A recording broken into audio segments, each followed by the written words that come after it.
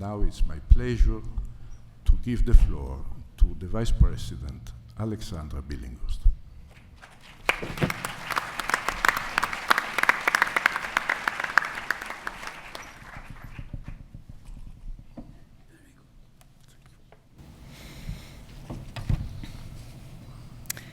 It is quite a feeling to be here with all of you in Boston. It's really wonderful to see all of you. I just wish I could see you better. It's sort of dark out there, but I can see there are a lot of you. Stefano and I have now been in office for 2 years, and it has been such an experience.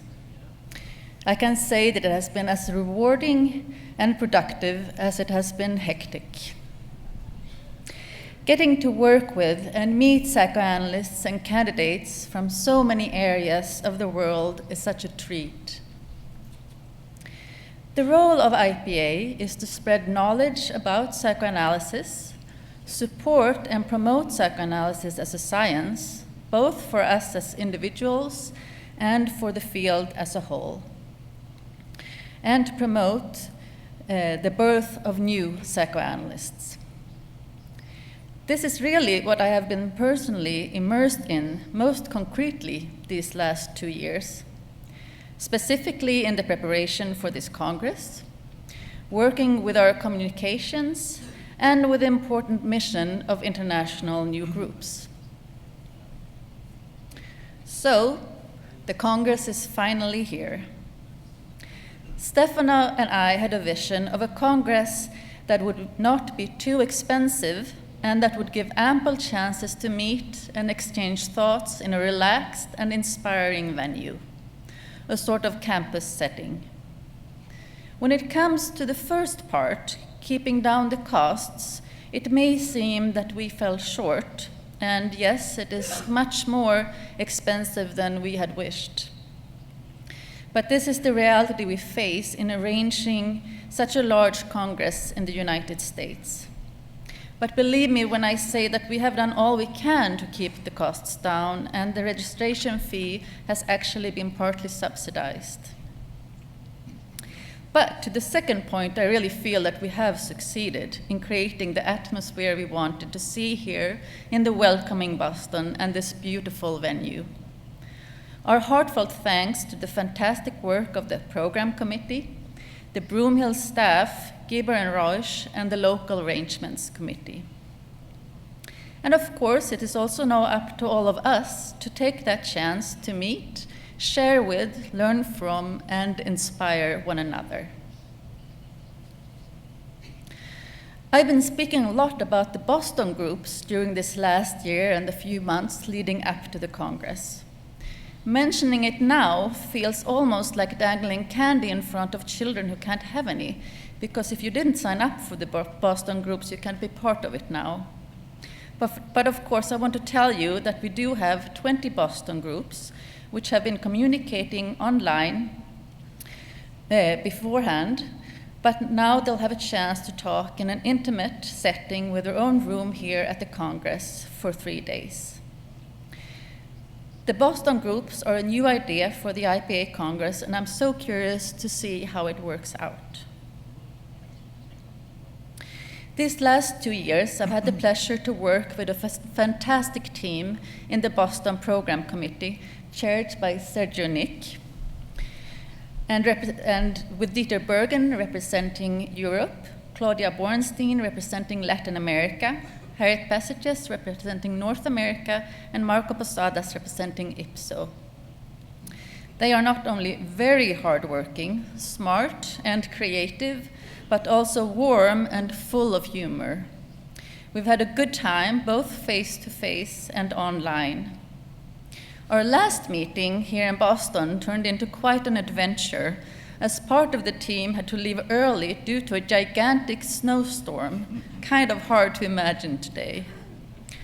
I will really miss working with all of you.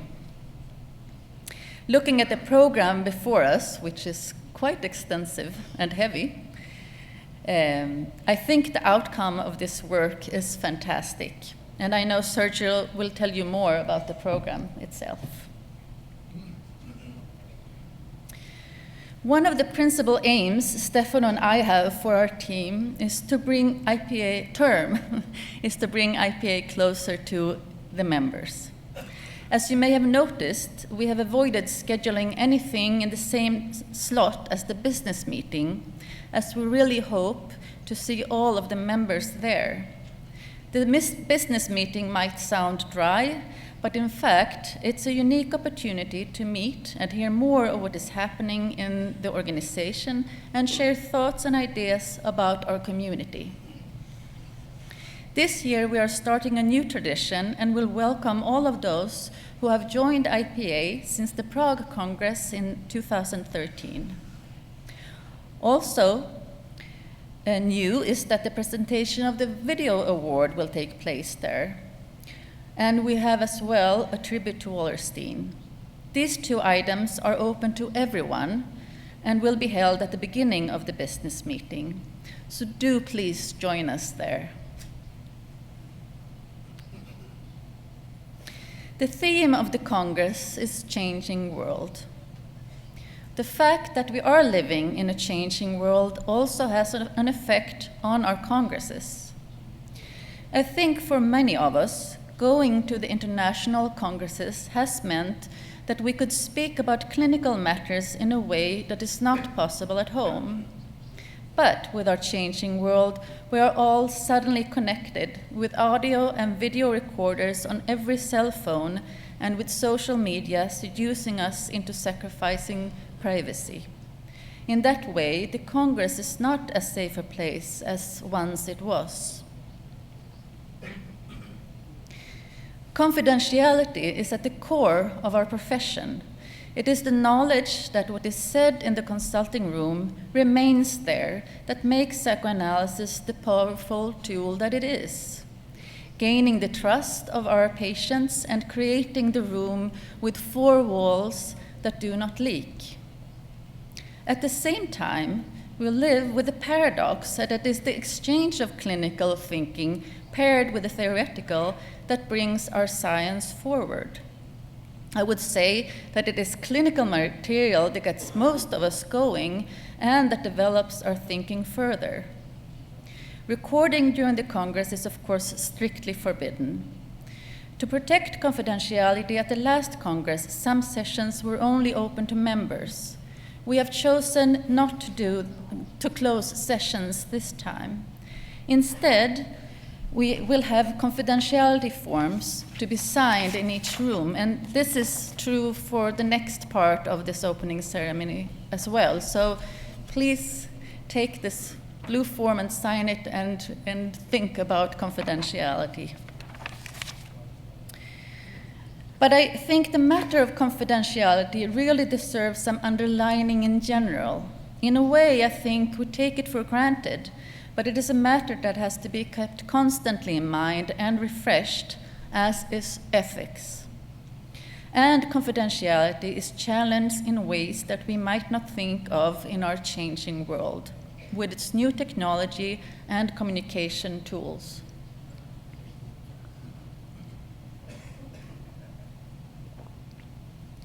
As, for example, the use of email. It is so easy to send off an email. Many patients write to us without thinking how wide open to others an email can be. It's really no more private than writing a postcard.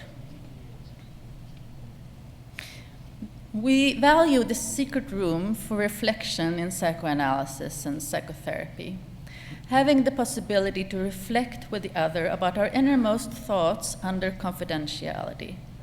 But I think the value and actually the right of having a secret room is something we should also transmit to our patients and to others, that having that secret room is something to value in a time when so many people expose intimate details and thoughts about themselves on the internet. As I said, one role of IPA is to spread knowledge about psychoanalysis. One way of doing this is through the website, and I want to mention here the fantastic remake of our website that has been done by the website committee chaired by Romolo Petrini. The website speaks for itself, so I just invite you all to go there and look for yourself if you haven't already done so. I would also like to mention the work of the Member Communication Services Committee chaired by Prudy Gorgatchon. I'm very excited about the IPA resource library for outreach and public information that will be launched soon. The committee has also arranged 3 workshops at this Congress that I would like to put to your attention, which has to do with media training and using our new tools. Finding a Voice, website and blogs, media training is another one, and psychoanalysts as public intellectuals using Twitter. In the rearrangement of the communication area, we created what we call the Image Taskforce, chaired by Angela Maus-Hanke, to give us a chance to reflect on how psychoanalysis is viewed by others and what we do ourselves when it comes to producing an image of psychoanalysis. The work of the task force is very interesting, and you have a chance to learn about their work in the panel Images of Psychoanalysis, if you want to. We have also created a new public informations committee chaired by David Sidlow. It is very early in its life, but it has already started to get to grips with what the IPA can do to help make psychoanalysis more accessible to the public, the people who will be our future patients and the next generation of psychoanalysts. While we will not try to do things which could be done so much more effectively by societies in their own languages and sensitive to their own cultures, we will try to provide resources and opportunities to promote psychoanalysis more effectively. The same purpose underlies the work of the Social Media Task Force, chaired by Alejandro Nagy. Social media, things like Facebook and Twitter, are much more embedded in some cultures than others, but we would be foolish to ignore the opportunities for mass communication offered by these new tools. Our task force has therefore been experimenting with different social media and exploring what works best in that world that can seem so alien to many of us, but which to our children and grandchildren seems like an extension of their personal social worlds. And that topic is, of course, one that is very relevant to this Congress in Boston, a practical example of the changing worlds in which we are living. Another area and committee I've had the pleasure of working closely with is International New Groups, chaired by Maria Teresa Hook. As I said, the aim of IPA is to support the birth of new psychoanalysts. There has been a lot of talk about psychoanalysis being out of fashion, and it might be true in some areas that other therapeutic forms have come into fashion, but really, the interest of psychoanalysis is strong, and especially in new areas like the Eastern European countries, Asia, Latin America, and the Middle East. I think there might be a misunderstanding by some that the IPA goes on a mission to new areas, but actually it is the other way around. It is in our rules that when a group wishes to form a new psychoanalytic society, the ING has to consider it. So really what is happening is that we are being called upon. There is a hunger for psychoanalysis and enthusiasm that brings IPA to new areas. The work of those who are assigned the role of sponsors to new study groups is a big responsibility, extremely important and very, very complex. It is not only a question of teaching psychoanalysis, transmitting psychoanalytic thinking and helping build a psychoanalytic identity. You also have to help the study group form a society with its different components, forming a board, a teaching committee, ethics committee, scientific committee, and so on, creating bylaws and rules, and do it in such a way that you build a democratic structure in its true sense. This is complex in itself. Then you also have to understand the local culture and how the local culture, its history and regime, that is the local external reality, influences the internal reality, the dynamics of the group. At the same time, the sponsoring committee has to maintain a position where it is possible to reflect on the dynamics in the group and in the sponsoring committee itself. That is, maintaining the position of the third in the middle of the strong emotional pressure and transference from the members of the study group. As a sponsor, you also have to remember that you are not representing yourself, but the IPA, and to transmit to the new group the IPA culture. I think you can hear how this focus of group and organization dynamics that Stefano and I have put emphasis on is also very relevant in this work and something that the ING committee is taking seriously and working actively with. Transmitting to the sponsors and on to the members of the study group the understanding on how group dynamics influence the work in the study group. With the complexity in the role of sponsoring, the support and knowledge transmittance from the ING committee is very important. The ING has started meetings with all the sponsors personally to hear about their experience and get a feeling for each study group, as well as connecting the sponsors to share their experiences together.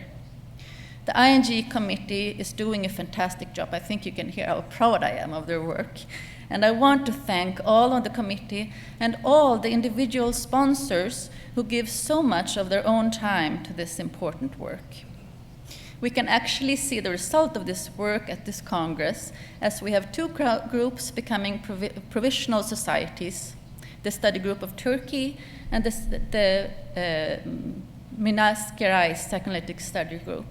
Two becoming component societies, the Psychoanalytic Society for Research and Training, and the Moscow Psychoanalytic Society.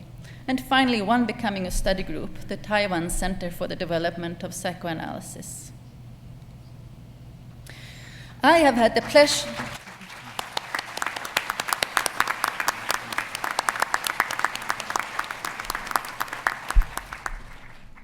I have had the pleasure of traveling to Japan, China, and India to learn more about the state of psychoanalysis there in this last year.